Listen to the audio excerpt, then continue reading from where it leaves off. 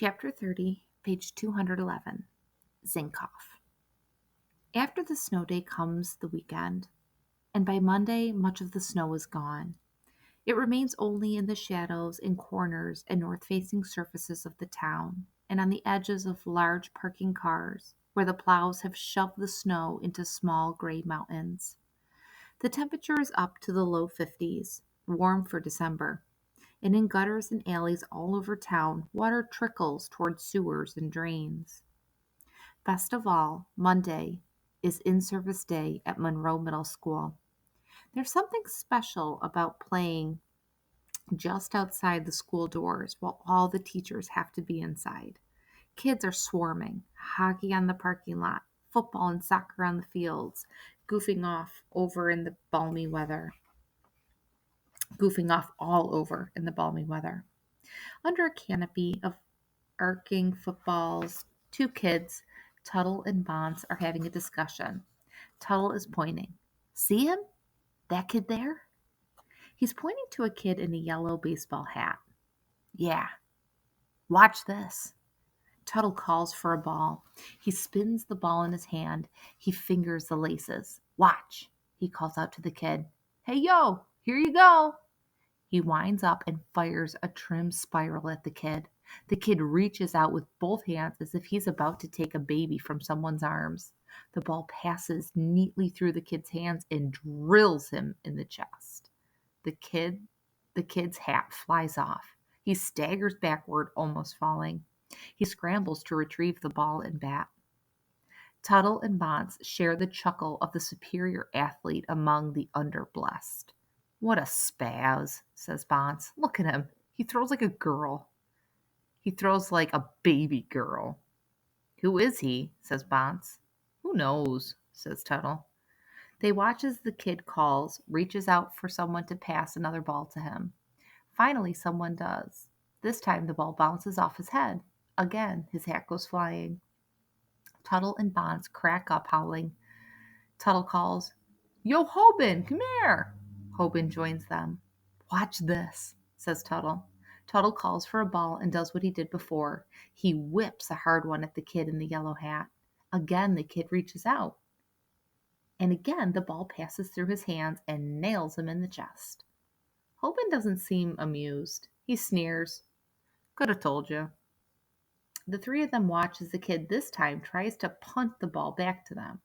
On his first try, his foot misses the ball altogether.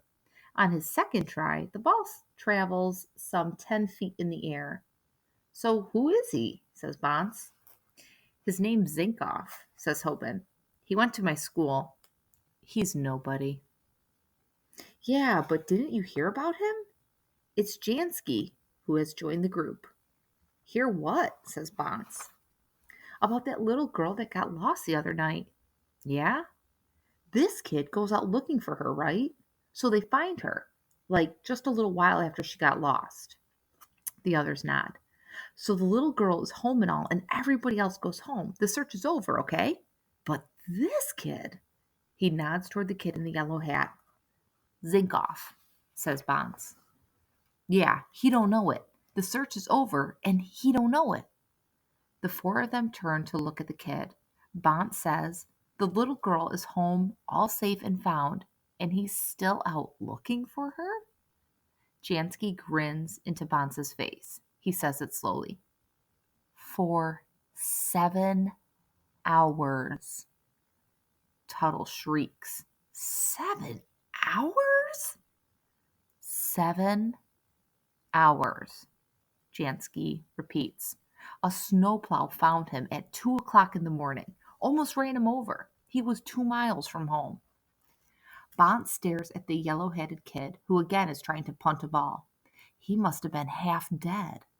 He must have been half stupid, says Tuttle. How stupid is that, looking till 2 o'clock in the morning for somebody that's already found? Hoban sneers. Could have told you. Was he froze? Says Bonds. Jansky shrugs. What a wipeout, says Tuttle. Should have seen him field day in 4th grade, says Hoban. Yeah, says Tuttle. Bad, huh? Hoban does not answer. They all stare at the kid, who is now running this way and that, trying to entice someone to throw him a ball. They try to picture how bad it was. And he likes school. He goes early. Everyone turns to stare at Hoban, who has spoken these words. They keep staring at him, waiting for him to say he was kidding, but Hoban says nothing back. They turn their attention back to the kid in the yellow hat, who seems not to know he's being stared at. At last, Bond says, "So let's get a game." Everybody breaks from the trance. "Yeah," Tuttle calls. "Game, game." Kids who want to play come running. Teams are chosen. Tuttle and Bonds are the captains. They flip fingers for first pick. Tuttle wins. "Hoban," he says. "Jansky," says Bonds. They go on choosing sides. Tuttle's here, Bonds is here, until the only one left is the kid in the yellow hat. But the sides are even. Tuttle and Bonds have each chosen 7 kids. Yellow hat is a leftover. But this kid's not acting like a leftover. A normal leftover would see that he's one too many, that everybody but him has been picked, and that therefore he must be pretty hopeless, and therefore he better just get out of there and go play something he's good at, like Monopoly. But this kid just stands there. He shows no sign of turning and vanishing. And he's not just standing there, he's staring at Tuttle and Bonds. Tuttle says, "We got enough." So now the kid is just staring at Bonds, and Bonds wants to say, "We got enough," but he can't seem to say it. He wishes the kid would just turn and go away. Doesn't he know he's a leftover? Hoban's voice rings out from the other side. "Tackle!" They usually play two-hand tag. There are no pads, no helmets, and half the field is muddy from the melted snow. But no one objects. No one wants to appear to be afraid to play tackle. Jansky speaks.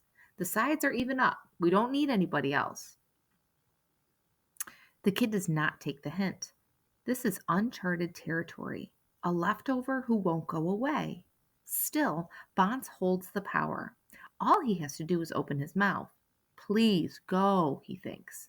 The kid is still staring at Bonds. The kid really is stupid. The kid doesn't know that even if he's allowed in, he's only going to be ignored or embarrassed or hurt. He doesn't know that he's a klutz, doesn't know he's out of his league, doesn't know a leftover doesn't stare down a chooser, doesn't know he's supposed to look down at his shoes or up at the sky and wish he could disappear because that's what he is, a leftover, the last kid left. But this kid won't back off, and his stare is hitting Bonds like a football in the forehead.